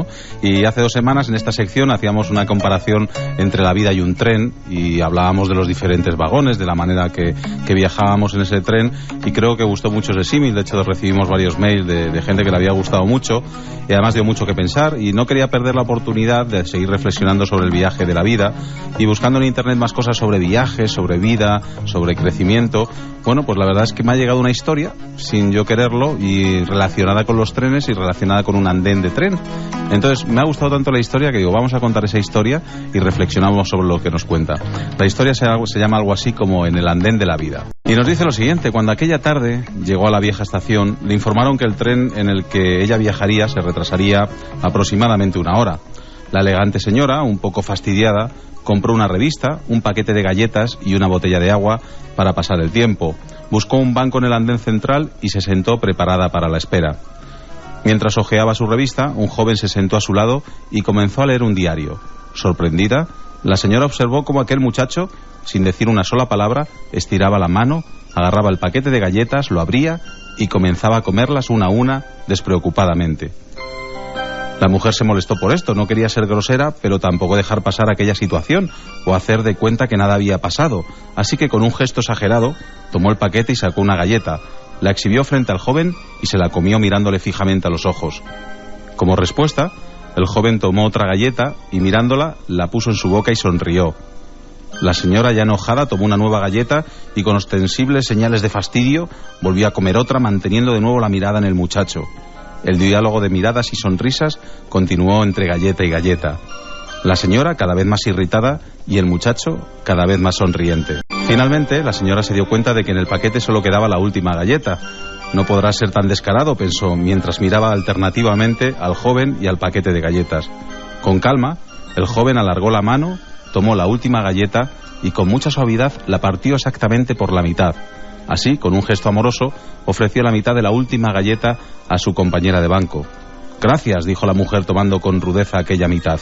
«De nada», contestó el joven, sonriendo suavemente mientras comía su mitad. Entonces el tren anunció su partida. La señora se levantó furiosa del banco y subió a su vagón. Al arrancar, desde la ventanilla de su asiento, vio al muchacho todavía sentado en el andén y pensó: «Qué insolente, qué maleducado, qué ser de nuestro mundo». Sin dejar de mirar con resentimiento al joven, sintió la boca reseca por el disgusto que aquella situación le había provocado. Abrió su bolso para sacar la botella de agua y se quedó totalmente sorprendida cuando encontró, dentro de su bolso, su paquete de galletas intacto. Bueno, pues muchas veces nuestros prejuicios, nuestras decisiones apresuradas nos hacen valorar erróneamente a las personas y cometer las peores equivocaciones. Era lo que le había ocurrido a esta señora, pensando que el joven lo que hacía era quitarle de su paquete cuando realmente él tenía las suyas, ¿no? Y cuántas veces la desconfianza, ya instalada en nosotros, hace que juzguemos injustamente a personas y situaciones y sin tener aún por qué les encasillamos en ideas preconcebidas. Incluso hablamos de gente que no hemos visto a lo mejor en 1 año, en 2 años o en 3 años, diciendo cosas de ellas que a lo mejor ni conocemos ni hemos oído hablar de ello, ¿no? Así, por no utilizar nuestra capacidad autocrítica y de observación, perdemos la gracia natural de compartir y enfrentar situaciones, haciendo creer en nosotros la desconfianza y la preocupación. Nos inquietamos por acontecimientos que no son reales, que quizá nunca lleguemos a contemplar, y nos atormentamos con problemas que tal vez nunca ocurrirán. Y dice un viejo proverbio: peleando, juzgando antes de tiempo y alterándose no se consigue jamás lo suficiente, pero siendo justo, cediendo y observando a los demás con una simple cuota de serenidad, se consigue más de lo que se espera. Yo creo que es que además estas situaciones muchos amigos se estarán viendo muy identificados porque nos pasa habitualmente, que prejuzgamos, prejuicios, daría no por una sección sino para varios programas de Milenio, los prejuicios que además lo inundan absolutamente todo, y a veces y sobre todo con personas que no conocemos, que suele ser lo grave. Exactamente, y que muchas veces nos perdemos un montón de buenas oportunidades por no dar pues la oportunidad precisamente de conocer a otras personas, o que simplemente por el aspecto nos han desagradado o no nos han llamado mucho la atención, ¿no? Así que podemos hacer un pequeño experimento esta semana, a lo mejor, de decir, bueno, esas 2 o 3 personas que tengo en mi trabajo, en mi escuela, que prácticamente no les he prestado atención, que jamás he cruzado una palabra con ellas, voy a charlar con ellas, voy a darles los buenos días, voy a saludarles, y a lo mejor de 2 o 3 personas encontramos algo que nos va a sorprender seguramente durante toda la semana, fijo. Y es que además todo depende de estar abiertos, creo que lo has dicho en ese mensaje, Alberto, en ese cuento, como siempre maravilloso y descriptivo de cosas que luego cada uno adapta a su situación cotidiana. Y es que es verdad, a veces no estamos abiertos, lo tenemos todo tan claro que decimos, este que sale por aquí, al que vemos en la tele, el que vemos en la revista, al amigo de no sé qué pesado es este solo por cómo va vestido y cómo es, tiene que ser así. Y nos ocurre a diario, ¿eh? Sí.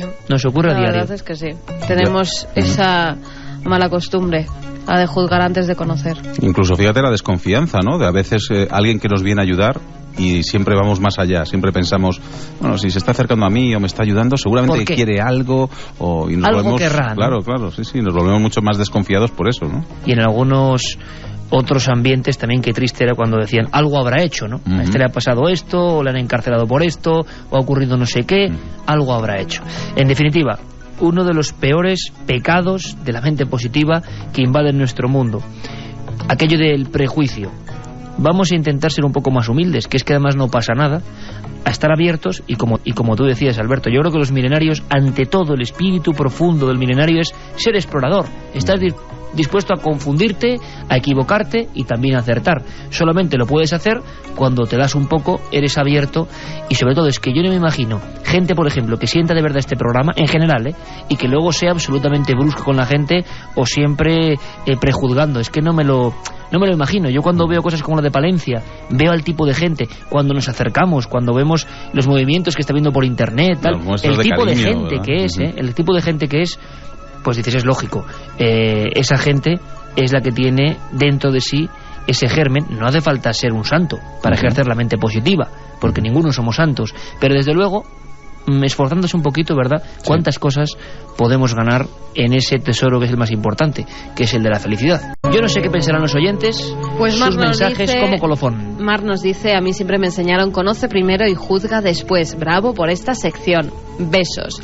Lo que hacemos en vida tiene su eco en la eternidad, nos dice el guaje de Chichón. También nos hablan pues de descubrimientos, pero en este caso en una palmera de chocolate. O sea, esto no es, lo que viene no es mente positiva, ¿no? No es mente positiva. Javier de Pamplona, que dice que nos puede garantizar que hace unos años, siendo niño, se estaba comiendo una palmera de chocolate y mordió algo duro.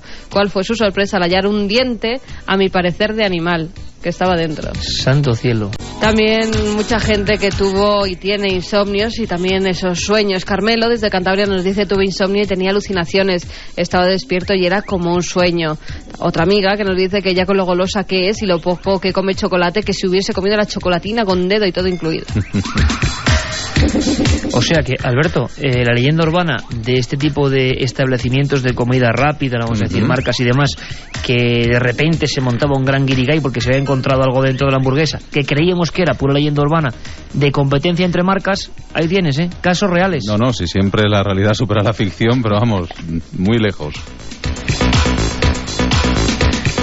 Me ocurrió que estaba durmiendo y de repente me vi desde arriba. Quería despertar y no podía ni siquiera tocar a mi pareja para que éste a su vez me tocara y así poder despertar. También María de Zaragoza, que es una fiel milenaria, nos dice que es peajista y que ahora está trabajando. Imaginaos cómo estoy sola en la cabina y si miro para afuera solo veo oscuridad. Hay una leyenda urbana de los peajes increíble. No se la cuentes, no se la cuentes esta noche.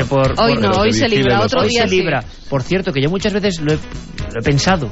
Sí, me ejerce una gran curiosidad sobre mí esto de los peajes y las personas que están ahí. Escuchar Milenio en plena madrugada en una cabina de peaje, caramba, José de Sevilla, que con esto de los sueños o no sueños, dice: creo que es la fuerza de la mente la que nos juega malas pasadas, por eso no creo que sea bueno obsesionarse. Francisco José de Sevilla. Hace poco, charlando con una amiga, me comentó que al despertar una noche vio perfectamente a una chica de pelo largo vestida de naranja enfrente suya.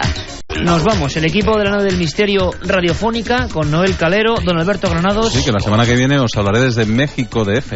Mañana... Qué envidia, de verdad, cómo viven algunos. Iba a decir, mañana nos vemos en Cuarto Milenio, pero cuidado con la noticia, es que Alberto va a estar en México con el gran Fernando Abedoy. Inaugurando sección, sí, bueno, inaugurando América. De plata. El nuevo Colón. Allí se va con su carabela radiofónica.